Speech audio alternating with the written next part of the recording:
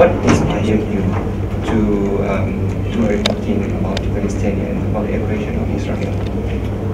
I think that the main thing is that, well, the main thing that caused me to do it was the fact that it needs to be done. But in a way, the continuing of doing it is out of being inspired by the Palestinian people who are continuing to survive under the circumstances. But the main thing is trying to address the general political or media problem, the strategic structural problem, which is that the Palestinians' point of view generally doesn't exist in the West with any amplitude or effect. And they, therefore, generally speaking, a kind of faceless and voiceless people. And it's that essential problem that is, in a way, facilitating the perpetuation of the conflict, and therefore it's such an important thing to address. And that's why I put a focus on documenting the conflict rather than humanitarian assistance. So, what is the major challenge for you? The major challenge working in this part of the world is there is too much work to do and not enough time in the day. I guess in another sense, one challenge is security. Obviously it's dangerous, but one has to be intelligent about that and manage it as well as one manages one's time. But the overwhelming problem is that there is too much to do.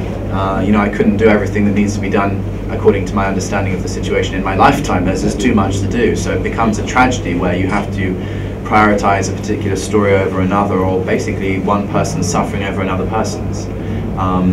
But it's part of doing it as a job. So do you face any restriction from the Israeli?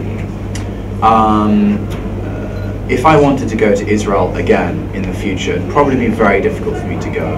I'm hoping to test that in the next 2 years, and we'll see whether I am blocked, barred, banned, or whatever. But I hope that they will let me in, and that will be a sign of hope for the general situation. But I fear that I probably wouldn't be let in. In terms of when I'm in Gaza, for example, the only problem I face from Israel is the insecurity or being shot at, and etc.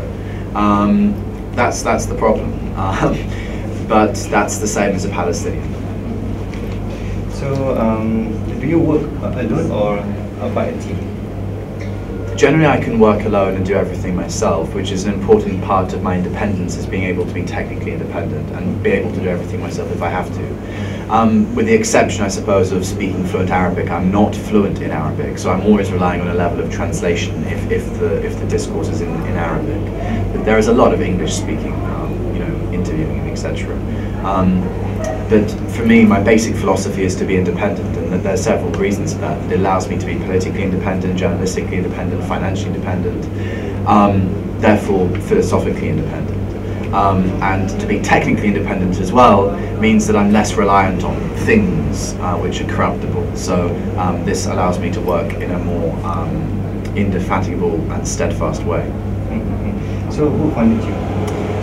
My last trip to Gaza was funded by people, so I asked people to fund my trip, to basically pay for my expenses. So in the end, I think it was up to 40 people paid varying shares of the budget, and that covered the trip. And then when the war was there and I had to extend my trip, some of those funders then funded again. So it's basically crowdfunding, which is sustainable, pretty damn ethical, and is a fantastic modern way of making things happen that otherwise couldn't happen, and undermining corporate mainstream Western journalism, which is a very exciting and hopeful element of this day and age. Who are people? Who are they? They are people that follow my work and think that it's worthwhile making it continue. They are of a mixture of ages, they are of a mixture of backgrounds, genders, cultures and nationalities. I've had people in South Africa, America, Europe funding. General diversity, just like my audience is diverse in the same way. So, so what do you want to highlight in your speech in the event today? The first thing that I want to highlight tonight, which I hope will be the first point I make, is that I'm not special, which is that what I do is just something many people could do if they would do it.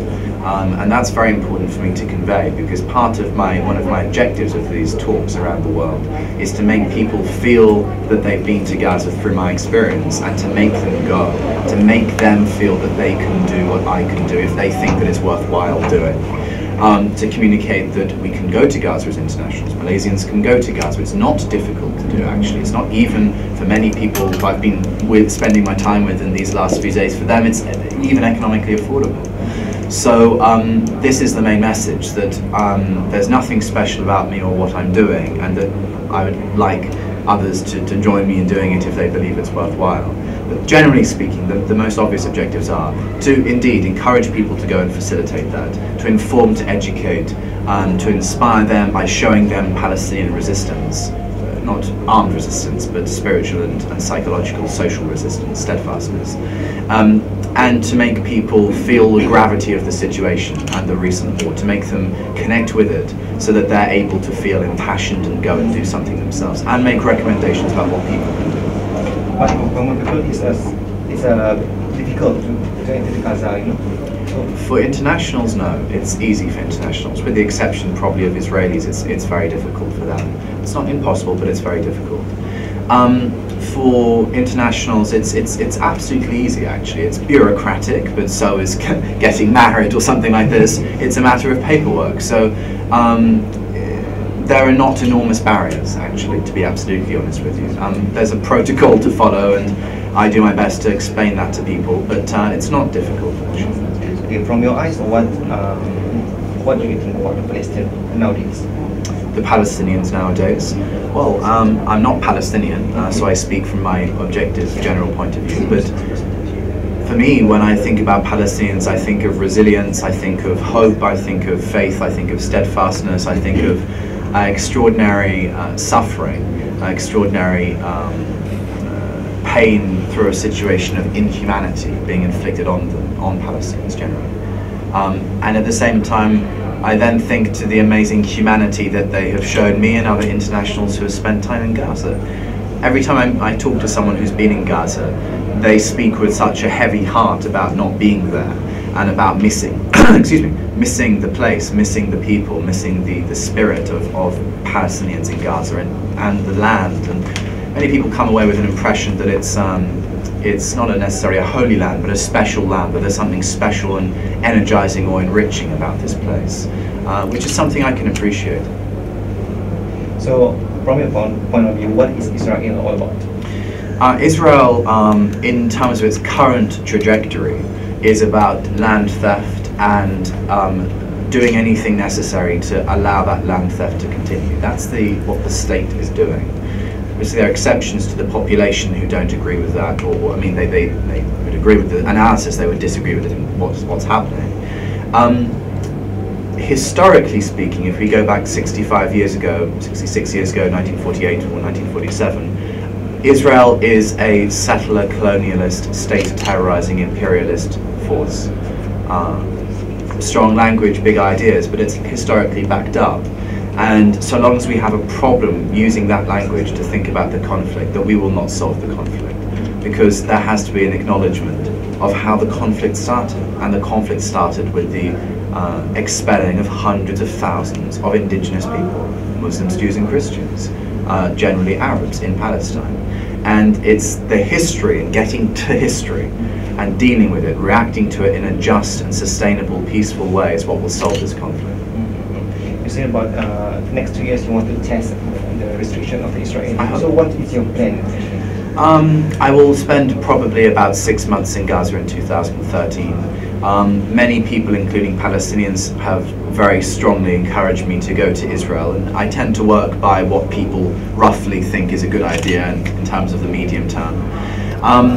So I aspire to that, although I think it will be emotionally difficult, but I will deal with that. At the same time, I don't want to spend the rest of my life on this conflict. It's one conflict in the world. It's enormously symbolic and important, but there are other things which also need my attention, I believe. But I definitely haven't satisfied myself in respect of finishing what I think needs to be finished in Gaza for my work. So when I go back in March, hopefully I will be making films documenting the recent war. And to me, it's still news. You know, the families are still mourning. The injured are still in hospital. So I will do my best to document some of the worst cases of massacring that took place during the 8-day war. The World Community now are providing the aid to Gaza. So do you think it's enough, or what do you think what kind of aid they need now? One of the most important things is medium and long-term reconstruction efforts, which is something which I think is really important. Totally unconditional reconstruction aid, obviously, totally unconditional. This is the general philosophical problem. There's extreme inequality. People need aid in the short term and the medium term. But you know, if you think of what Martin Luther King Jr. says about such an ethical dilemma, he says, you know, really helping is actually looking at the problem's root, not just flipping a coin to the beggar. And so I'm always very aware of that. I feel very strongly that we have to really think also about the long-term political situation, because the Palestinians deserve to be out of a state of aid dependency and kind of aid helplessness. It's not entirely ethical just to focus on aid, in my opinion. So my last question, what do you think about the Malaysian effort to help in Gaza? If you're talking about the Malaysian government, I think that's different to the efforts of the people. And obviously I'm here in Malaysia as a result of Viva Palestina Malaysia and their steadfast and very proactive, practical work that they do. I would really probably take a strong position on this and say that what the government does is not proactive and strong, practically speaking. I've used the words in the last few hours and days that it's diplomatically strong or symbolically strong, but what actually practically is the government doing? I said last night in the talk that I don't think there are any governments on the face of the earth that are doing enough practically, and obviously we would all hope that generally governments would do more, and I think that Malaysia is included in that. Okay, right, thank you. Thank you for your time. Thank you so much. Nice to meet you.